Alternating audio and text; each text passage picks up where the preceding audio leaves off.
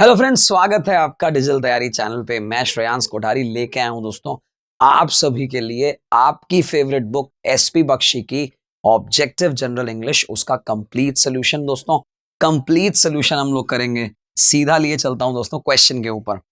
Question आपके सामने दोस्तों, क्वेश्चन नंबर 46 को हम देखते हैं। Bangladesh has come into existence 36 years ago. जब भी ये किताब लिखी गई होगी 36 साल का डिफरेंस रहा होगा। जब भी ये सेंटेंस लिखा गया होगा, हिंदी में इसका मीनिंग है कि भैया बांग्लादेश जो है वो अपनी अस्तित्व में आया, उसका उद्भव हुआ, शुरुआत हुई, उसका जन्म हुआ 36 साल पहले। 36 साल पहले जो काम हुआ है वो प्रेजेंट में कैसे हो सकता है दोस्तों, आपको भी समझ आ गया होगा। The best tense here to be used is came. यहां पे देखिए आप, बांग्लादेश केम इनटू एग्जिस्टेंस। ध्यान रखिए दोस्तों, ये फ्रेज याद रखिए, come into existence. Come into existence का मतलब है उसका उद्भव होना, शुरुआत होना, जन्म होना। ये कहना चाह रहा है 36 साल पहले ऐसा हुआ। आगे बढ़ते हैं दोस्तों नेक्स्ट क्वेश्चन की तरफ। क्वेश्चन नंबर 47, ध्यान से देखेंगे एक एक क्वेश्चन के पोर्शन को। इफ इट वॉज पॉसिबल, अगर ये संभव होता, to get near where one of these eruptions took place. Eruptions का मतलब होता है कोई ना कोई चीज इरप्ट हुई है, वोल्केनो फूटा है, कोई चीज एकदम से विस्फोटित हुई है, तो उसके नजदीक जाना। कहां? जहां पे एरप्शंस में से कोई एक जगह के जहां पे ये हुआ है, we could have a grand sight. अगर यह संभव होता तो एक ग्रैंड साइट होती है, एक बहुत ही जोरदार जगह होती है, ऐसा ये कहना चाह रहा है। लेकिन ये संभव की बात कर रहा है, यहां सब्जंक्टिव मूड का प्रयोग करेंगे। इफ इट वॉज की जगह पे इफ इट वर का प्रयोग करेंगे। सब्जंक्टिव मूड याद होगा दोस्तों आपको, इमेजिनरी कंडीशनल सेंटेंस। इमेजिन कर रहा है, अगर ये संभव होता, अभी संभव नहीं है, इमेजिन कर रहा है, इस कारण से इफ इट वर पॉसिबल हो जाएगा। क्वेश्चन नंबर 48 की तरफ चलते हैं दोस्तों, आराम से देखिएगा।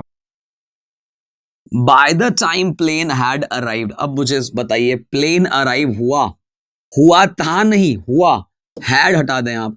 By the time plane arrived, जब प्लेन अराइव हुआ, I nearly had despaired of being able to board it.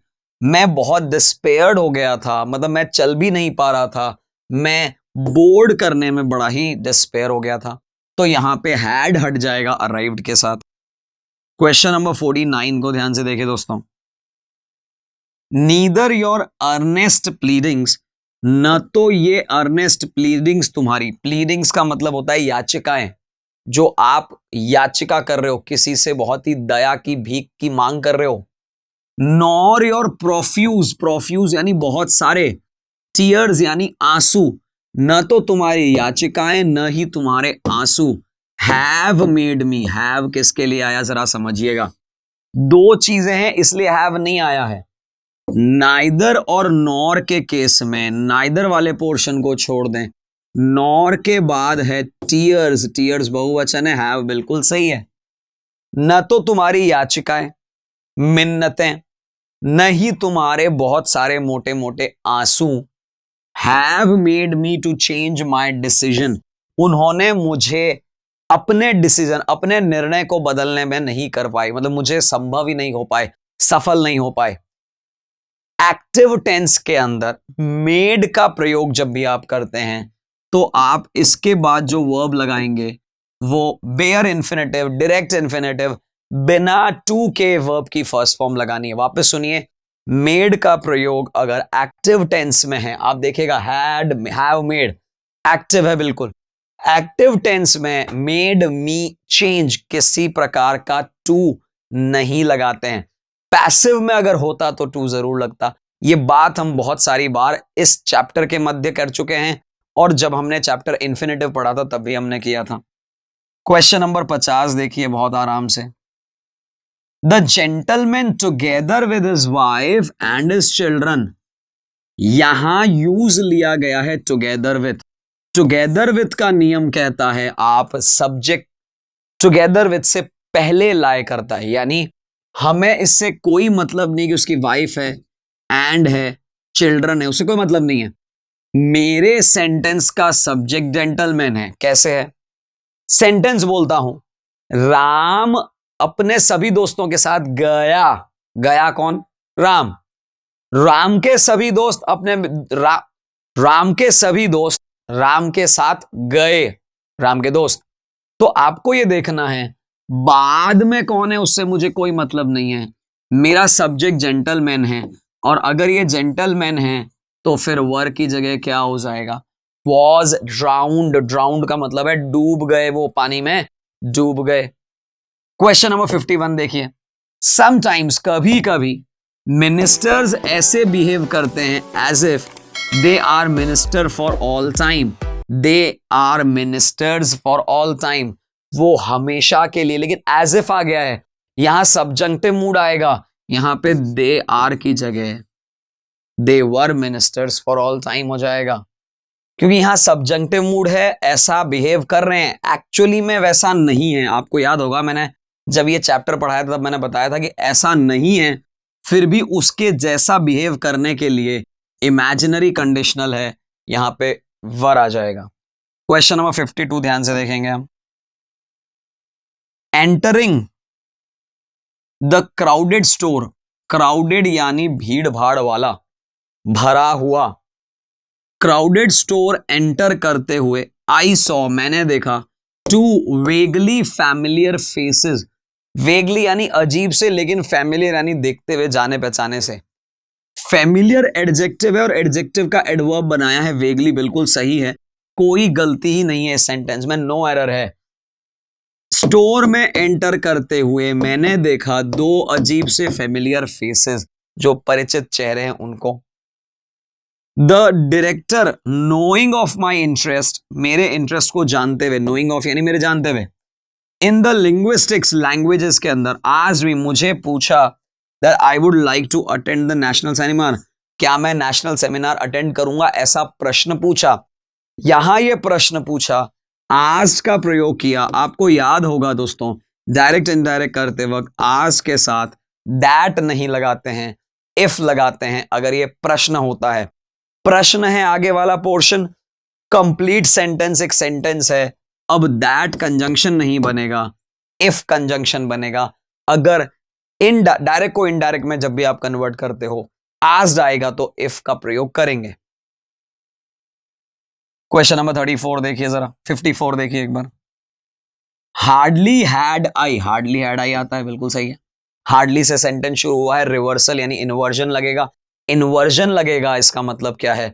इसका मतलब है हेल्पिंग वर्ब सब्जेक्ट से पहले आएगा। मैंने घर छोड़ा ही था कि बारिश शुरू हो गई।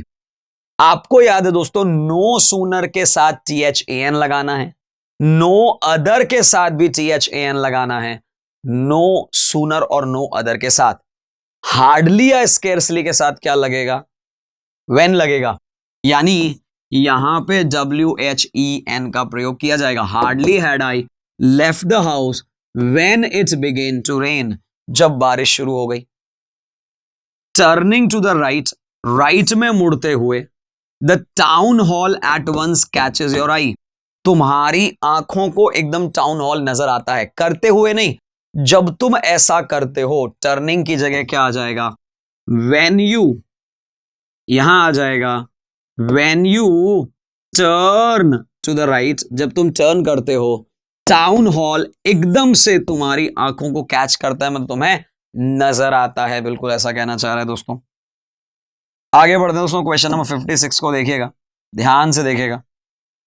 The request of the student union president, union president students के, उसकी रिक्वेस्ट को फी जो भी है वो कम की जाए, लोअर्ड की जाए, were immediately supported by vast majority. Vast बहुत बड़ी, इमीडिएटली यानी तुरंत, सपोर्ट यानी उसको सपोर्ट दिया गया, उसके साथ में लोग खड़े हो गए। वास्ट मेजॉरिटी, बहुत बड़ी मेजॉरिटी के साथ सपोर्ट मिला एकदम से उस रिक्वेस्ट को। यहां सब्जेक्ट है request of the student union president, जो स्टूडेंट यूनियन का प्रेसिडेंट है उसकी रिक्वेस्ट को किया गया, यानी पास्ट में है, वर की जगह वॉज आएगा। हमारा सब्जेक्ट रिक्वेस्ट है। सपोर्टेड, ध्यान से देखिएगा, सपोर्ट प्रेसिडेंट को मिला या सपोर्ट प्रेसिडेंट की रिक्वेस्ट को मिला? हमारा सब्जेक्ट है रिक्वेस्ट, रिक्वेस्ट सिंगुलर है, वर की जगह वॉज का प्रयोग किया जाएगा। क्वेश्चन नंबर 57 देखिए जरा। मोस्ट ऑफ अस, जो हमारे बहुत सारे, हम में से बहुत सारे लोग, आर नॉट अवेयर, हम जानते ही नहीं है, अवेयर ही नहीं है, eating some varieties of mushrooms, कि मशरूम की कुछ वेराइटी खाना रिजल्ट इन डेथ, भैया उससे तो मृत्यु हो जाती है। तो रिजल्ट जो वर्ब है ना, उसका सब्जेक्ट है ईटिंग, यानी खाने से मृत्यु होती है, ये एज सब्जेक्ट प्रयोग किया गया है प्रेजेंट पार्टिसिपल। आपको ध्यान रखना है रिजल्ट्स हो जाएगा, क्योंकि यहां सब्जेक्ट सिंगुलर है। सब्जेक्ट अगर मेरा सिंगुलर होता है, वर्ब में एस का मैं प्रयोग करता हूं। तो दोस्तों इस तरीके से आपने देखा कि आज के क्वेश्चन यहां समाप्त होते हैं। और मैं फिर से कहूंगा दोस्तों, मैं हर बार कहता हूं आपको, अगर अभी तक भी आप टेलीग्राम चैनल पे हमारे नहीं जुड़े हैं, प्लीज ज्वाइन करिए टेलीग्राम चैनल को, मजा ही आ जाएगा। Thank you and take care. Please like, share